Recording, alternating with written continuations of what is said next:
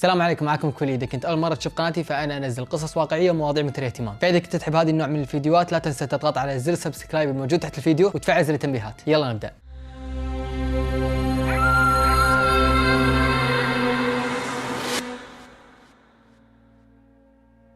مثل ما نسمع كثير عن قصص البيوت المسكونة، في المستشفيات كذلك هي أماكن للكثير من القصص المخيفة والمرعبة بحكم الأحداث المؤلمة اللي تصير فيها وتضارب المشاعر. وما في شك أن طاقم العمل هم أكثر الأشخاص المعرضين لهالنوع من القصص المرعبة. الأطباء والممرضين يشوفون على عنابرهم لفترة طويلة بعد موت المريض، ويضطرون أنهم يتمون بهالممرات المرعبة وغرف العمليات المهجورة لفترة أطول. فاليوم راح ننقل لكم بعض المواقف المرعبة والمخيفة اللي صارت بالمستشفيات وإلى الآن ما لها أي تفسير منطقي.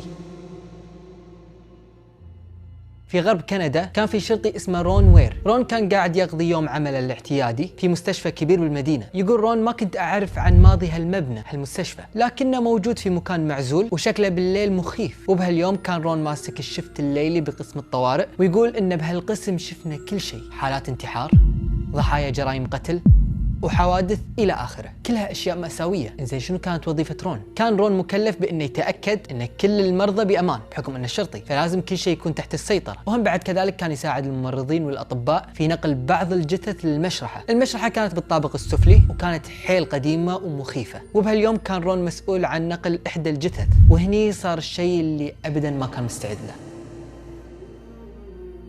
استلم رون الجثة وبدأ يمشي بالممرات. كان الممر هادي ما في أي أحد، وفجأة شاف كيس الجثة يتحرك. هني وقف رون وبدأ يركز أكثر على الكيس ويسأل نفسه: هل أنا قاعد يتوهم لي ولا فعلا الكيس قاعد يتحرك؟ بعدين بدأ يرد على نفسه ويقول: بس المريض مات، وأنا كنت موجود مع الممرضين وقت وفاة المريض، معقولة لحد الحين يكون حي؟ فيقول رون: أنا سمعت عن التشنجات اللي تحصل بعد الوفاة، لكن أنا مو طبيب وما أدري بالضبط هل هو هذا السبب اللي خلى الجثة تتحرك أو لا، لكن الشيء اللي صار بعدها فعلا ما كان له أي تفسير علمي. بعد ما شاف رون أن الجثة قاعد تتحرك قرر أنه يفتح الكيس عشان يتأكد بنفسه إذا الرجال حي ولا ميت. وببطء شديد فتح الكيس وقاعد يركز أكثر على الجثة، وفجأة تحرك الرجال للمرة الثانية، ولكن هالمرة الجثة فتحت عينها وسمع رون الرجال يقول: هيلب مي، ساعدني. كان الصوت خافت ومكتوم. هني صرخ رون ونادى الأطباء وقال لهم إن المريض ما مات، المريض حي وتكلم معاي. هني الطبيب أخذ سماعته وبدأ يتأكد من النبض، ولكن المخيف إن الرجال أساسا ميت كليا، ما في اي شيء يدل انه حي. هني الطبيب قال حق رون انه ممكن انت قاعد يتوهم لك ويمكن تحتاج وقت راحه، بس رون يقول: كنت متاكد 100% ان الصوت اللي سمعته كان من الجثه، وفعلا الجثه تحركت. هني الطبيب استلم الجثه ورون طلع من الشفت ماله رغم انه ما خلص وقته، بس فعلا ممكن كان يحتاج راحه. فبعد ما رون راح سيارته بدا يفكر بالموضوع ويسال نفسه: ليش هالرجال طلب مساعدتي؟ وما مرت دقيقه الا وقطع حبل افكاره اتصال، والاتصال كان من مركز الطوارئ يقولون انه في حاله طارئه بالمستشفى، فتعال يا رون بسرعه. وكان يسمع أجهزة الإنذار شغالة. فبعد ما رون دخل المستشفى بدأ يتفقد المكان. كان ضوء صالة الاستقبال طافية مغلقة، وبدأ رون يسمع أصوات خفيفة من داخل المبنى، وطول الوقت كان يحس إن في أحد قاعد يراقبه، لكن الغريب ما كان في أحد بالمبنى أصلاً، أو تحديداً بالمكان اللي هو كان فيه. اقترب رون من مصدر الصوت وانصدم لما شاف الأبواب تفتح وتسكر من نفسها، فعلى طول توجه للصالة الداخلية وتأكد إنه ما في أحد، رغم إنه كان عنده إحساس قوي إن في أحد يراقبه. تعرفون الشعور هذا أكيد، تحسون في أحد يطالعكم. المهم رجع رون لصالة الاستقبال وتفاجأ بأن الضوء شغال، مع إنه قبل دقيقة ما كان شغال. بدأ الوضع يصير مخيف، الأبواب تتخبط بشدة وهذا شيء مو طبيعي، والليتات تطفي وتشتغل من نفسها. هني حس رون إن الجثة اللي كان ينقلها لها علاقة باللي قاعد يصير هذا كله، بس ما كان متأكد من شيء أكثر من شعوره بأنه غير مرغوب فيه بهالمكان وإنه لازم يطلع بأسرع وقت. فعلى طول رون طلع من المبنى وقضى الليل كله يفكر باللي صار. بعد فترة اكتشف رون إنه ما كان الشخص الوحيد اللي يصير معاه مثل هالمواقف، وإن الكثير من العاملين بهالمستشفى صارت معاهم نفس الأشياء وكلها ما لها تفسير، ولكن ما حد فيهم يعرف شنو السر أو القصة وراء المبنى اللي خلت كل هالأحداث الغريبة تصير فيه.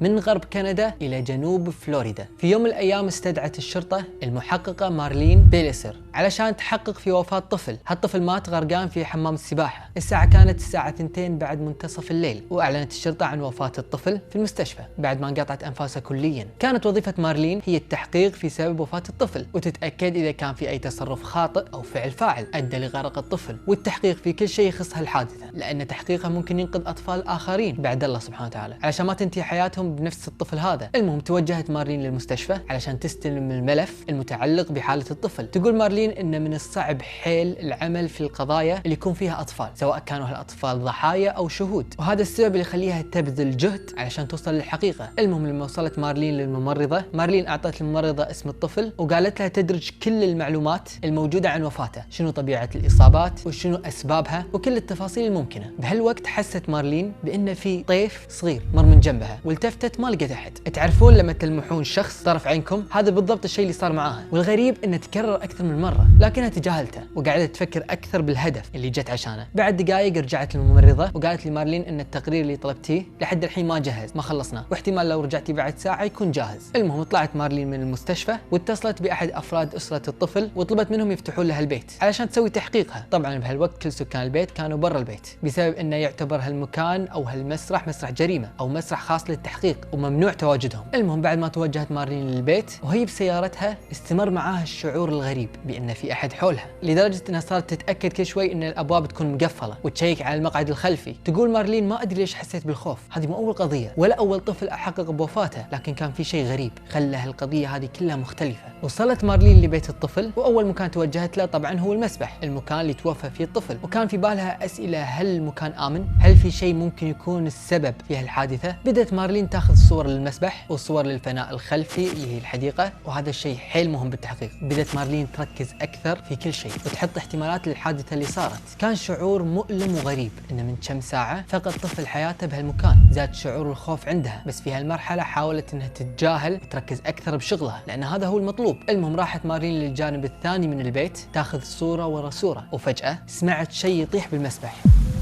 على طول ركضت مارلين اتجاه المسبح وبدت تتفقد المكان، بس الغريب انها ما لقت شيء. ما في اشجار فوق المسبح تكون مثلا هي السبب للصوت، ما في حيوانات اليفه بالبيت، والمرعب اكثر هو ان الشرطه اساسا كانوا مغطين المسبح، فشلون في شيء طاح بالمسبح؟ غريب. اكثر شيء كان مخوفها هو انها تلقى شخص منخش داخل البيت، لان البيت كان حيل مظلم وحست ان في شيء مو طبيعي قاعد يصير. على طول اتجهت مارلين للجانب الثاني من البيت عشان تكمل تحقيقها، وللمره الثانيه سمعت صوت شيء يطيح بالمسبح، بس هالمره من تحديدها للصوت، الصوت الثاني كان اثقل من الصوت الاول، وشبهت الصوت هذا بانه كأن انسان طاح بالمسبح. فعلى طول اسرعت مارلين للمسبح وبدت تتلفت حولها شو اللي صاير. ما كان في اي شيء يفسر الصوت اللي سمعته. هني تراجعت مارلين وأدركت إن فعلا المكان فيه شيء، بس ما قدرت تطلع إلا لما تخلص تحقيقها. فهني قررت مارلين إنها تدخل البيت وتكمل شغلها. كان البيت عبارة عن طابقين وما في أي أحد موجود، لأن مثل ما قلنا إنه يعتبر مسرح جريمة. فبدت مارلين تاخذ صور لزوايا البيت، وفجأة سمعت صوت كركبة وإزعاج حولها. كان الصوت مثل خطوات، كأنه في طفل قاعد يركض بالطابق العلوي. مرة ثانية حست مارلين بإن في أحد بالبيت، فعلى طول هني مارلين صعدت للطابق العلوي. هني كانت متأكدة 100% إن في أحد من أفراد العائلة موجود بالبيت، ما طلع ويعتبر مخالف للقانون. فتشت مارلين كل الغرف غرفة غرفة، وحتى بخزانات الملابس وتحت الأسرة، ولكن للأسف ما في أحد. مارلين كانت بروحها بالبيت. هني مارلين خلاص ما قدرت تكمل التحقيق وحست انها مشوشة، فقررت انها تاخذ اغراضها وترجع للمستشفى عشان تاخذ التقرير. المهم صارت الساعة 4 الفجر، وصلت مارلين للمستشفى، ومن دخلت شافت طفل صغير واقف بالممر. استغربت من وجوده بهالوقت المتأخر وسألته وين اهلك، ولما حاولت انها تقرب منه هرب الطفل. فراحت مارلين تلحقه تحاول توقفه وقالت له انا بساعدك لا تخاف وقف. والطفل وهو يركض لف من احدى الممرات، وبعد ما لحقتها مارلين وقفت مصدومة لما شافت ان الطريق مسدود. وين الطفل؟ مو موجود. شيء غريب، ما في اي مخرج، طوفه قدامه جدار. فهني توجهت مارلين للممرضه وقالت لها شفتي الطفل اللي مساعد الحقه؟ استغربت الممرضه وقالت لها ما في اي اطفال هني، مستحيل اي طفل تتكلمين عنه، رغم ان مارلين شافت الممرضه وهي تشوف الطفل لما كانت مارلين قاعد تلحقه، فشلون الممرضه ما شافته؟ كانت ليلة جدا غريبة على مارلين. فهني تجاهلت مارلين مخاوفها المرة العاشرة وطلبت من الممرضة تعطيها تقرير غرق الطفل. فبعد ما مارلين خذت التقرير وفتحت الملف، وأول ورقة كانت موجودة فيها صورة الطفل، والصدمة أن الطفل اللي موجود بالصورة هو نفس الطفل اللي كانت تطارده مارلين، اللي شافته بالمستشفى بالممرات. هني حست مارلين بانه هو كان السبب بكل الاشياء الغريبه اللي صارت بهالليله، وهو اللي كان يمشي وراها بالبيت، وهو السبب بالاصوات اللي كانت تصير بالمسبح. المهم مارلين استمرت بالتحقيق بقضيه هالطفل، لكنها ما ذكرت هالحوادث بالتقرير لانها خافت انها تفقد مصداقيتها بحكم انه شيء خارق للطبيعه، ان الطفل ميت وانت تقولين شفت الطفل او شفت شبح الطفل، فهالاشياء غلط انها تنحط بتقرير وفاه، مثل ما قلت لكم خارق للطبيعه. مر على هالحادثه سنوات وتقاعدت مارلين، والى الان ما زالت تتذكر هالحادثه وملامح الطفل، ولكنها ما لقت أي جواب لكل هالأسئلة اللي كانت تتساءلها. بعد ما خلصنا من فلوريدا خلونا نرجع مرة ثانية لكندا. بهاليوم كان في وحدة اسمها أونيا ديفيس عمرها 14 سنة. راحت أونيا للمستشفى علشان تزور جدها. كانت أونيا متعودة انها تزور جدها كل يوم بعد المدرسة وتقضي معاه وقت طويل هي وأمها. في الواقع أونيا كانت حيل متعلقة بجدها، هي الطفلة الوحيدة وكذلك أمها البنت الوحيدة لجدها، وكانوا عائلة حيل متماسكة. كل يوم كانت أونيا تاخذ كتبها وتحل واجباتها بالمستشفى، رغم انه مو احسن مكان بالنسبة لها وبالنسبة للكل، لكنها كانت تحاول تقضي اغلب وقتها مع جدها. في العادة كانت أونيا ترجع البيت بالليل علشان ترتاح وتقوم الصبح وتروح المدرسة، ولكن لسبب ما قررت أونيا انها راح تقعد هاليوم بالمستشفى مع جدها، ومو ضروري انها تداوم باكر. ظلت أونيا سهرانة لمنتصف الليل وهني حست انها جوعانة وقعدت تدور شيء تاكله، ما لقيت. سألت امها اذا عندها اكل او شيء، قالت لها امها ما عندي، بس روحي الكافيتيريا تلقين ممكن اكل. فبعد ما راحت الكافيتيريا لقيت الكافيتيريا مسكرة، فاعطتها والدتها كوينز وقالت روحي اشتري اي شيء من هذه اللي عرفتوها اللي نفس البرادة، ما ادري ايش يسمونها، المشين هذه اللي تحطون فيها فلوس وتاخذون اكل. هذه المشين قالت لها امها هات كوينز وروحي المشين هذه، لانه هو الحل الوحيد. فهالمشين هذه ما كانت موجودة الا بالطابق الاول، فراحت أونيا للطابق الاول، ولان الوقت متاخر موظفين الاستقبال ما كانوا موجودين، وكان الطابق الاول حيل هادي. فبعد ما وصلت أونيا للآلة بهاللحظة سمعت صوت شخص قاعد يتكلم معاها، ما كان الكلام واضح كأنه يهمس. التفتت أونيا ما لقيت ولا احد بالمكان، مكان فاضي. فكانت مصرة انها تاخذ اكل لانها ميتة جوع، لكن بطريقة مخيفة استمر الصوت. فجأة هني أونيا حست بقشعريرة بجسمها، وتعرفون الشعور اللي تحسون ان في احد وراكم؟ بالضبط هذا اللي صار معاها. وسمعت احد يقول لها اطلعي من المكان الحين. فعلى طول أونيا راحت ركضت للطابق العلوي، وهني حست ان في شيء قاعد يسحبها على مصدر الصوت، واخيرا وصلت لغرفة جدها، وهني تجمدت بمكانها لما شافت ظل طويل يمشي ببطء ويطلع من غرفة جدها. على طول أونيا دخلت الغرفة، بعدها تفاجأت بأن جدها مات، وتلقائيا جاها إحساس بأن الظل اللي شافته يخص جدها. وكذلك قالت والدة أونيا، قالت إنها شافت نفس الظل وهو يطلع من الغرفة. المحققين في الخوارق الطبيعية، الأمور اللي خارقة للطبيعة، فسروا هالحوادث هذه كلها بأنها أرواح الموتى، وأنها الأرواح كانت تتجول بالمستشفى لغرض معين. ولكن بما أن إحنا مسلمين ضروري نعرف ونؤمن بأن الروح تطلع للسماء ما تبقى بالدنيا، لأنها بأمر من الله سبحانه وتعالى، وما نؤمن بوجود الأرواح كأشباح. ولكن بما أن هالقصص حقيقية بشهادة هالأشخاص اللي عاشوا الموقف، شو تتوقعون التفسير المنطقي للي صار معاهم؟ هل تعتقدون بأنه صار بتدخل من الجن مثلا، أو أنها كانت أوهام؟ بالنهاية يبقى في أشياء غامضة بهذا العالم الكبير، وأشياء واجد خارقة للطبيعة ما نقدر نفسرها بشكل أكيد. لكن أتمنى تشاركوني آراءكم بهالمقطع أو بهالقصص الثلاث، وهل في مرة مريتوا بموقف مشابه لهالشيء؟ فبس، ولهني وصلنا نهاية مقطع اليوم. أتمنى عجبكم مقطع اليوم، فإذا عجبكم مقطع اليوم لا تنسون تسوون لايك وتنشرون المقطع بكل مكان إذا حابين تدعموني، ويعطيكم ألف عافية واللي جاي أحسن.